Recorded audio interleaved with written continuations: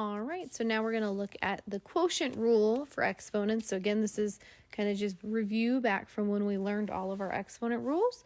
So quotient of a power rule, this means that we have two powers that are being divided. So when a power is divided by another power, the powers are subtracted.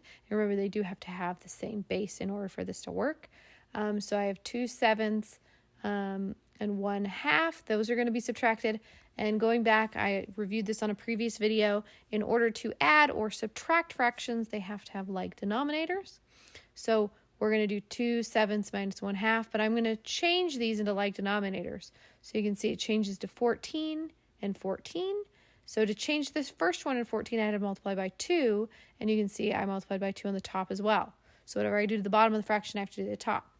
Well, for the second one, I had to multiply by 7 to get it to 14, and I had to multiply the top by 7 as well. So now I have 4 minus 7, and I get -3/14. And this is write your answer using only a positive exponent. So I do need to fix that. I need to make sure that I scooch it down into the denominator of the fraction so that it's a positive exponent. Because remember, a negative exponent doesn't actually mean a negative number.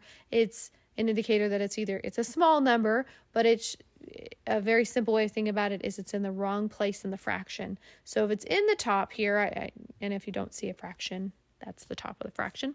But if it's in the top, that means it belongs in the bottom. It belongs in the denominator. If it was negative in the denominator, it means it belongs in the top.